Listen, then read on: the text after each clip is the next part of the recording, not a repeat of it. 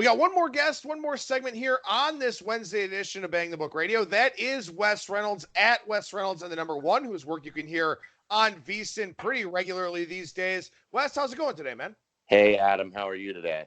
Doing very well, buddy. Appreciate your time as always. Appreciated your time and Brady Cannon's time last week on Tuesday's edition of the Green Zone. Got to chat with you guys about some baseball for about an hour. That was a whole lot of fun, and good to get you back here on my program as well. And we start with a few minutes on the XFL because there's so much going on with college basketball and everything else that I don't think either one of us has really had a whole lot of time to dedicate to this, but like to mention it here on the show when I can. Houston, a 13-point favorite against Seattle here on Saturday, total 45.5. Dallas, an 8-point favorite against New York, total of just 37 in that game. St. Louis Battlehawks minus 3.5 on the road at DC, total 39. Los Angeles Wildcats only a 1.5-point favorite at home against the Tampa Bay Vipers, total of 40. Any of those four games stand out to you with some betting opportunities this week? Well, in the first game on Saturday, I could only really be on Seattle in the spot because you're getting Houston priced to the moon. They're the only undefeated team in the league. Now, the last 2 weeks, they've been able to put up points and yards, of course, that they've done every game, but they've had to survive. They were on defense late in both of those games, one against at Tampa Bay and at Dallas, and they had to get a turnover, and they did, so credit to them.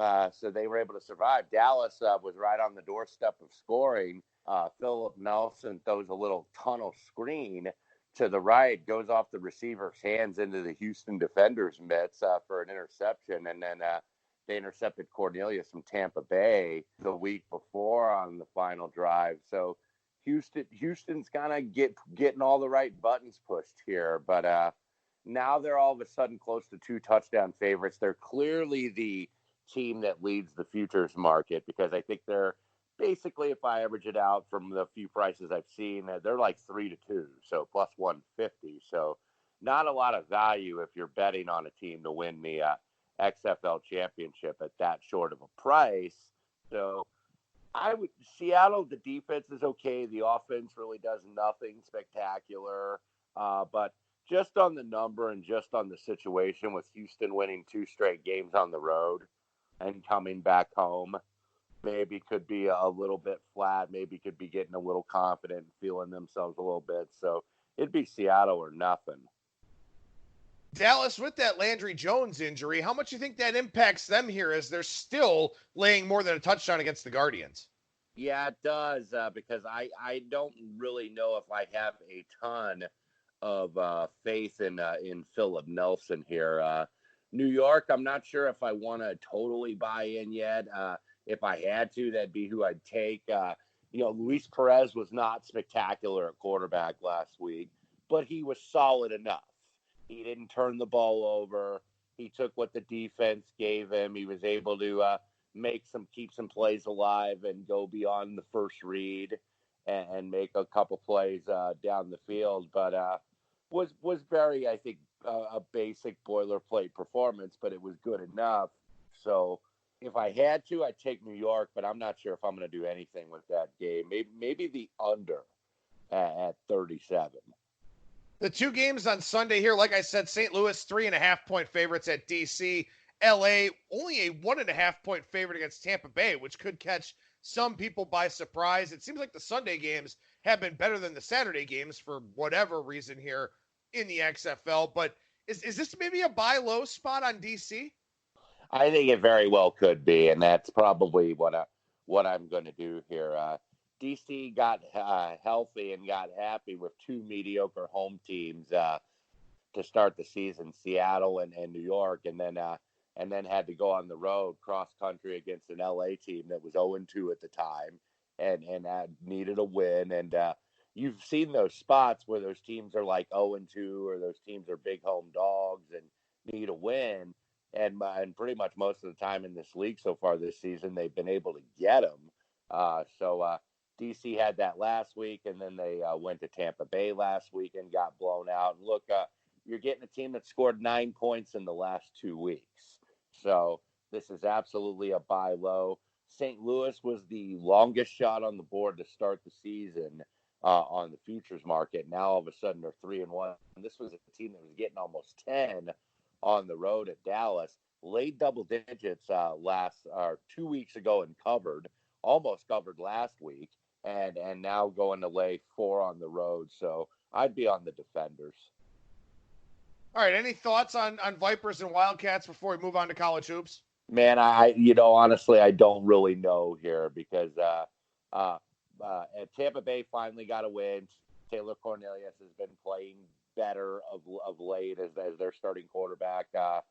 LA went on the road, not very good against New York. They had a couple guys injured, so you want to check the injury list really for these two teams. Nelson Spruce and Martez Carter, wide receiver and running back, missed for LA. So you definitely want to check on their status, I think, before playing this one. All right, let's move over to the college basketball side of things here. Lots of conference tournaments going on. 4 of them started yesterday, the Atlantic Sun, Big South Patriot, and the Horizon League. 3 of them start tonight, Mountain West in your backyard, Ohio Valley, and the Northeast Conference. I want to touch on the Ohio Valley Conference here real quickly because you've got 3 really, really good teams in this. Belmont, Murray State, and Austin P. That's your 1, 2, 3 here in the Ohio Valley, this conference tournament in Evansville, Indiana. Any thoughts on who you like coming out of the OVC here? Yeah, and this is one of the interesting things to look at with these conference tournaments. The Ohio Valley is one of those teams, like a couple others. West Coast Conference falls into that too, where they protect the top 2 seeds, which in this case is Belmont 1, Murray State 2, and they get the double bye, where they get the buys into the semifinal round and only have to win 2 games, which I know some people don't like. I think it's fine, and I don't mind conferences doing that because look, they want to put their best foot forward, especially if they're a 1-bid league in the NCAA tournament, and you want to protect the teams that had the better regular season. So I understand why they do that. I think Belmont is the best team, but I think the difference in the odds between the two are really because Murray State has Austin P in their side of the draw, with Austin P being the 3 seed and whatnot, and then so just looking at that bracket, and because they're on the Murray State side, Eastern Illinois is kind of the trendy dark horse. They actually beat both Murray State and Austin P late in the season. They were both home games, and they were both like big time comebacks where they were way down, and were able to pull comebacks. But I guess the good news, if you want to talk about Murray State, they're not going to have to play one of those 2 teams. So at least one of those 2 teams will be eliminated in that quarterfinal round. Like let's say Eastern Illinois stays hot, that'll still be their 3rd game in 3 days if they end up having to play Murray State. So probably from the value standpoint, I would go Murray State. Now it's not a lot. I think they're like 2.25, maybe plus 250, depending on where you shop. Belmont's the clear favorite, but I will go with Murray State to win this tournament. Well, and this is one of those things, too, where, in a lot of these conference tournaments, you want to sort of figure out what the money line rollover is versus the conference champion line. And, I look at something with Belmont here, and yeah, they're minus 155, and I don't think that they lose, to Eastern Kentucky, or if Tennessee State or Morehead State wins that game. But you're probably getting Belmont minus 155 or something in the conference tournament final anyway, because Murray State a very good team. So why risk it? Why risk Belmont screwing up for some reason over, 10 or 20 cents, something like that, where you could just take them minus 175, minus 180 on a money line play to beat Murray State. It's really all about trying to figure out where the value is in a conference tournament like this. For example, looking at like the Northeast Conference tournament, I handicapped that one, and I kind of liked Fairleigh Dickinson a little bit, but the Fairleigh Dickinson futures price is not nearly what it would be for a money line rollover. So I advise the money line rollover for that one. You want to try and maximize your investments as much as you possibly can if you're looking at the futures market for these conference tournaments.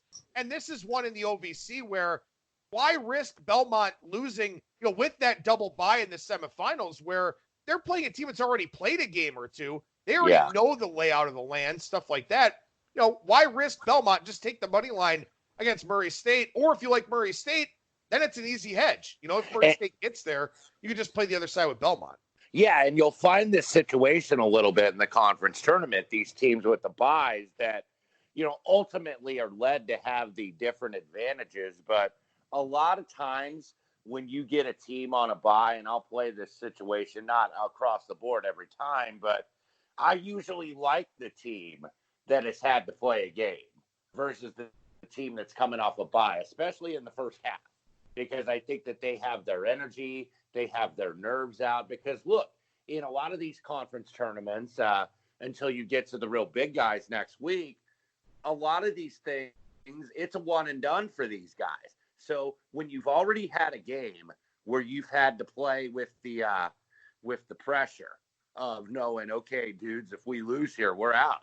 We're done. We're not going to the NCAA tournament.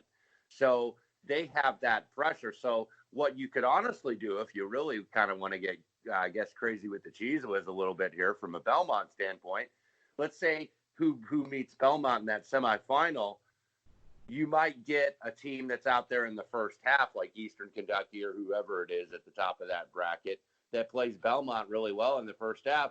Then all of a sudden you might have Belmont down at halftime. Then you could play Belmont at a better price for that game. So yeah, I just to your point, I don't think that there's a ton of value on a Belmont future here necessarily. I think if you like them, going with the money line rollover would be the way to go.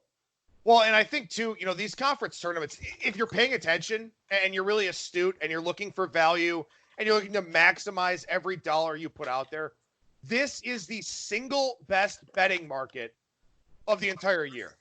I think these conference tournaments provide the most value, give you the most opportunity, because live betting, second halves really come into play. I know you play a lot of derivative stuff, too. Like you said, that team that's already been playing in the first half, they're kind of set up for more success than the team that comes off the shelf. For example, in the Horizon League, which started last night, it's like 10 or 11 days between games for Wright State and Northern Kentucky? Yes. That's a long layoff at this time of the year. It is hard to be in rhythm going from practice to a game. So maybe they do start slow in the first half, come back and take care of business and their affairs in the second half. But the opportunities are endless here. It's my favorite time of the year for betting any sport is conference tournaments. I know everybody loves March Madness and everyone gets caught up in the NCAA tournament. That's awesome. And everyone's filling out brackets. That's cool. This is where you make the money in conference tournaments, I think. Yeah, I absolutely agree. Because look, for the NCAA tournament, you want to welcome them. And I'm not saying this to disparage them, but you get a lot of casual bettors that haven't really maybe been betting this all year, because they're basically guys that, what I would maybe call like the weekend warrior bettors, where they're going to bet college football, NFL, but maybe they don't get into the college basketball until either the big conference tournaments or until the NCAA tournament. And you just get so many scenarios, like you were saying here, in terms of a team that has that long layoff, like you said, with the Horizon League, Wright State and Northern Kentucky. You have a team that, okay, they played Thursday and now they won, and now they got to play a team on Friday that's off the bye. The team on Thursday has had the sense of urgency and is much more ready, more often not 100% exclusive out of the gate. So you get that. And then you get some of these teams that, okay, both these teams have played like 3 days in a row. And then that's what leads you to the totals, man, where they're maybe tired and, their fight is going to come. And if they're going to have an effort, you got to think it's going to be on defense. And then you see some really low scoring games in these like conference tournament finals. Right. And of course, you look at second half type stuff too. A team with a big lead that's got to play tomorrow, what's their sense of urgency to keep covering the number? A team that, has no tomorrow, well, they're either going to quit or they're not. And that's kind of where it falls in the game. Right. Especially when they know it's their last game of the season. This is where you're going to get the fouls, where you may get like on an over-under, you may get a real low-scoring first half, and then all of a sudden it picks up in the second half, because when there's no tomorrow, you're going to foul if you have any type of chance. Now, obviously, if you're down 20 you're not going to be doing that. You're pretty much resigned to your fate, and basically that just be prolonging the inevitable. So what you want to do, I mean, if you're within single digits, rather, like if you're down 10 or less and there's a minute and a half to go, you're saying, okay, dudes, this is it. We're about to go home. We got to find a way to see if we can get lucky or do something here. So then you start to see the fouls come late.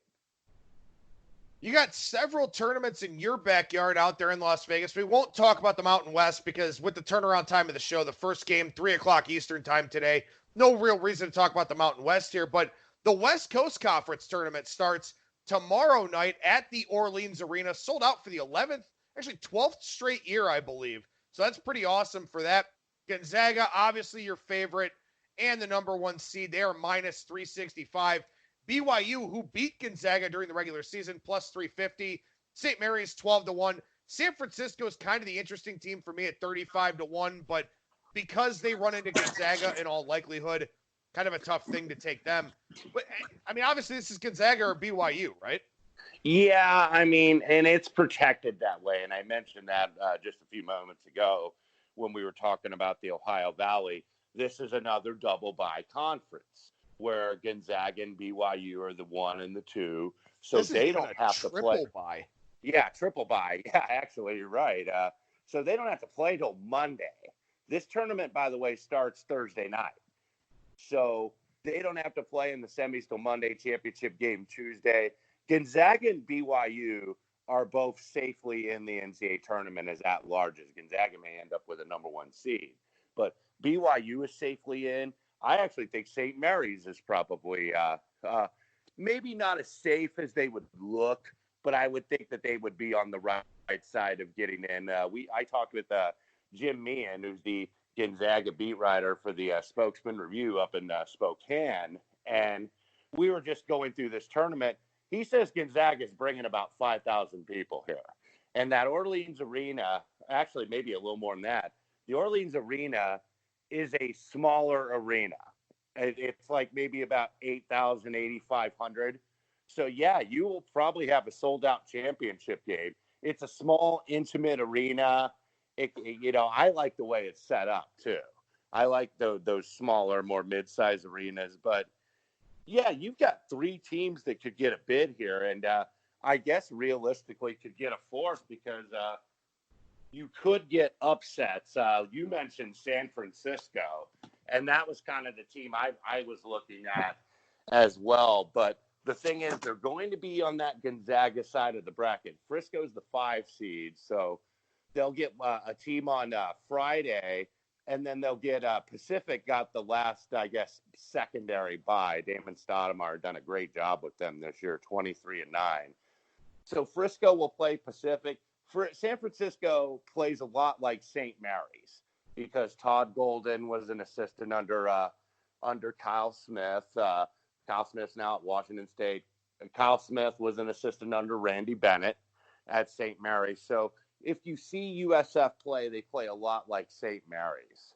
But they would be maybe the dark horse I would be interested in. I don't think Pepperdine or Loyola Marymount or Santa Clara or any of those teams have enough, but it's priced into the number already. But Gonzaga and BYU are the 2 big favorites here because they're essentially getting a triple bye. Yeah, I think if you look at San Francisco here, I mean, they'll be a favorite in their game on Friday against Loyola Marymount or San Diego. Should be a favorite against Pacific, I would think, too, although maybe that's a game that's a little bit closer to pick them. But San Francisco out there 35-1. This is a case where the moneyline rollover probably makes some sense, given that they'd have to beat Gonzaga and BYU. And if you roll over those 2 prices, factor in the 2 games that they have to play, but they got to win 4 games in 4 days, 5 games in 4 games in 4 days. Not easy to do, obviously, here, to say the least. But, again, it's one of those situations where the moneyline rollover probably going to pay back better than 35-1. Yeah, so that would be if I was taking a dark horse and somebody down the board, it might be them. St. Mary's, I think, maybe could draw some interest. I've seen them at like 12-1. And this is a team that, look, they won this thing last year. If you recall how this played out, Adam, in the West Coast Conference, St. Mary's got blown out in one game and then beaten by double digits in the other by Gonzaga. St. Mary's gets in that other end in that 2 and 3 seed game where they only got to play 2 games. They win that semifinal game, and then they beat Gonzaga in the final, 60-47. One of the better defensive performances that you'll see in that regard. So, St. Mary's maybe will have the opportunity to do it again because they got beat twice by Gonzaga, played very well in the last game of the season on Saturday, but still ended up losing by 10.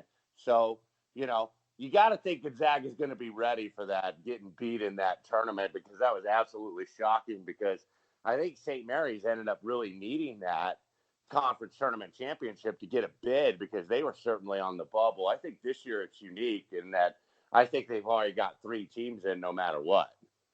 Yeah, last year, Gonzaga, I went back and looked at this. Gonzaga was as high as minus 1,200 to win this conference tournament last year. This year, obviously, in that 360, 350 range. So, there has been an adjustment in the price. 3 years ago, Gonzaga was minus 200, won it with ease. Then last year, minus 1,200, and they can't win it. So that's a pretty interesting thing to kind of look at the pricing differences for the Zags. They're in the West Coast Conference Tournament. Let's talk Missouri Valley Conference Tournament, because Arch Madness can get a little bit crazy. This is a very home-dominant conference, but now everybody playing that neutral site there in St. Louis at the Enterprise Center. Northern Iowa is in the tournament, and they are your number 1 seed. Loyola Chicago, the number 2. We all know the run that they went on a few years ago. Indiana State and Bradley, 3 and 4. Bradley with Elijah Childs now. He missed a big portion of the regular season. That could be something that helps the Braves out a little bit. Northern Iowa minus 130, Loyola Chicago 320. Bradley, the third favorite with Childs, 575. Indiana State, Missouri State given a chance at 625 here. The Mo Valley looks kind of interesting and not as cut and dry as people might think. Yeah, it really does. And I was talking with on our Green Zone show on VSIN the other night. We were talking with Dan Bonner, who is going to be on the call for CBS Sports for the Missouri Valley tournament at Arch Madness this weekend, with at least for the final, with Reggie Miller and Kevin Harlan for CBS. And look, I asked him, Northern Iowa, they look like they're good enough to be an at-large team, but could you potentially get them? And if you get a bid stealer here in this league, he believed Northern Iowa at least had to make the final to go ahead and ensure that perhaps that they would get very good at large consideration. That would make them 27-6 going in. And I certainly think that they would probably merit an at large. They only have a couple good wins really in non-conference. The win at Colorado, I still think is a good win because I think they're a tournament team. They did beat South Carolina, which is a solid win. I mean, they just didn't get a lot of these quad 1 wins in the non-conference, but I do think that they're interesting here a little bit in terms of how this is set up. Of course, 7 against 10, 8 against 9 have to play into the main draw on Thursday.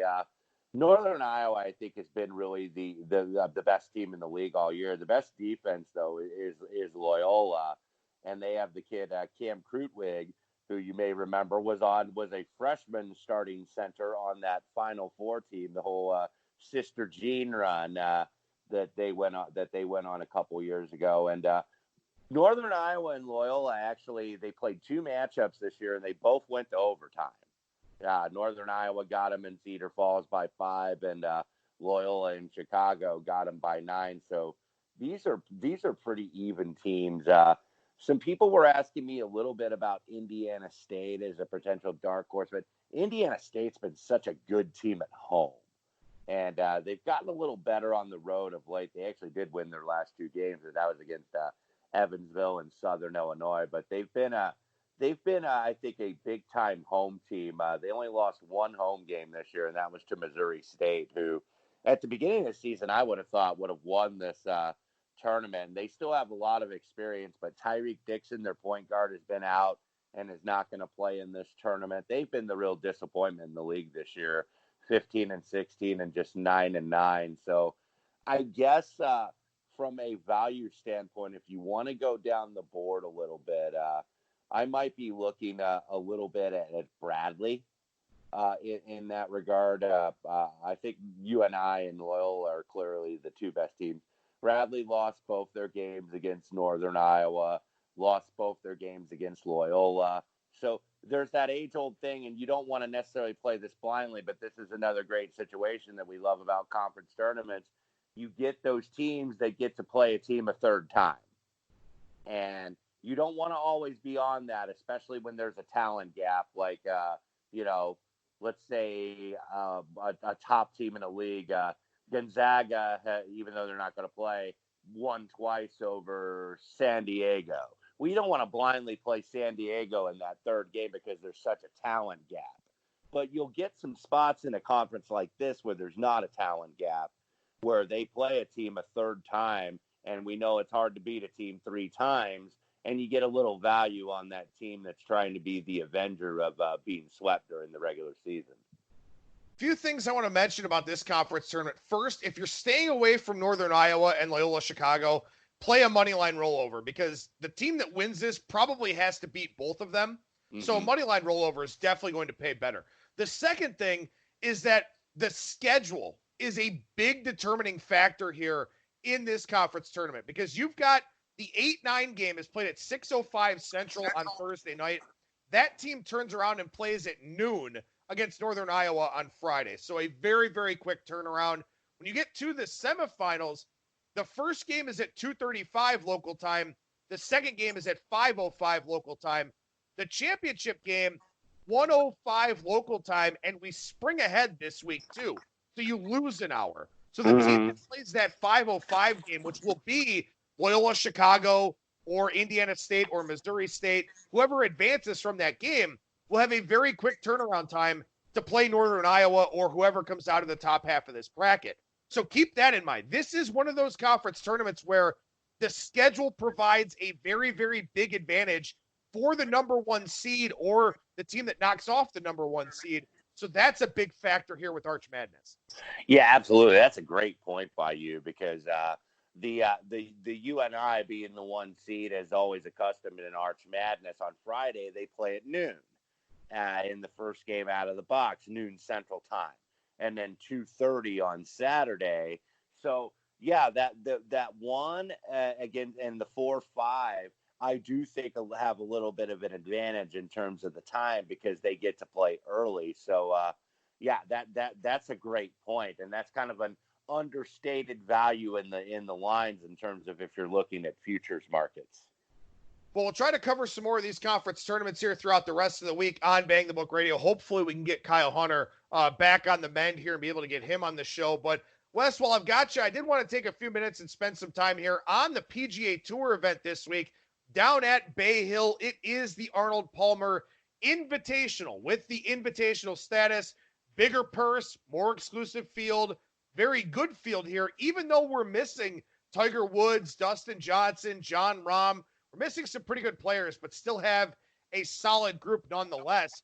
First, let's start with the course itself at Bay Hill. What types of players are you looking to play on here this week? Yeah, this is a 7,400 yard, a little bit over that course. If the wind blows, which is expected to do this week, you may see like a winning score around 11 or 12 under par. The par fives are all very scoreable. The par threes average about 220 yards or so. There's one shorter one, and then all the rest of them are well over 200 yards. And then the par fours can be long. So I looked at guys that you're going to have a lot of approach shots here on the par fours that are 200 yards or more.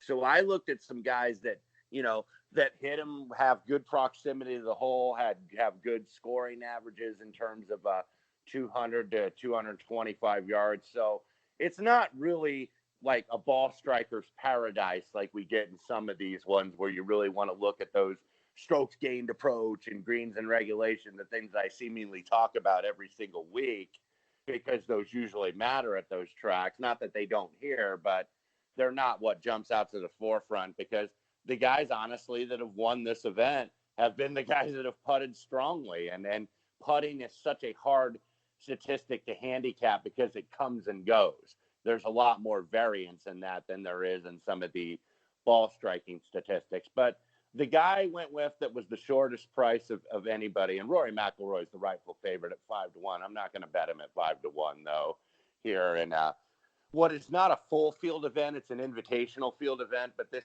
is 120 some players in this event. So I went down the board a little bit and went with Bryson DeChambeau at 20-1.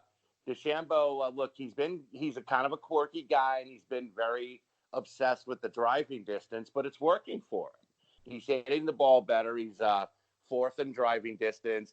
He's a guy that is really good with those approach shots from about 200 yards out. And with the win this week, it could bring his creativity into the game. And I don't know if I really want to say creativity from a artist standpoint, because Bryson DeChambeau is kind of the ultimate scientist, really. He tries to quantify everything.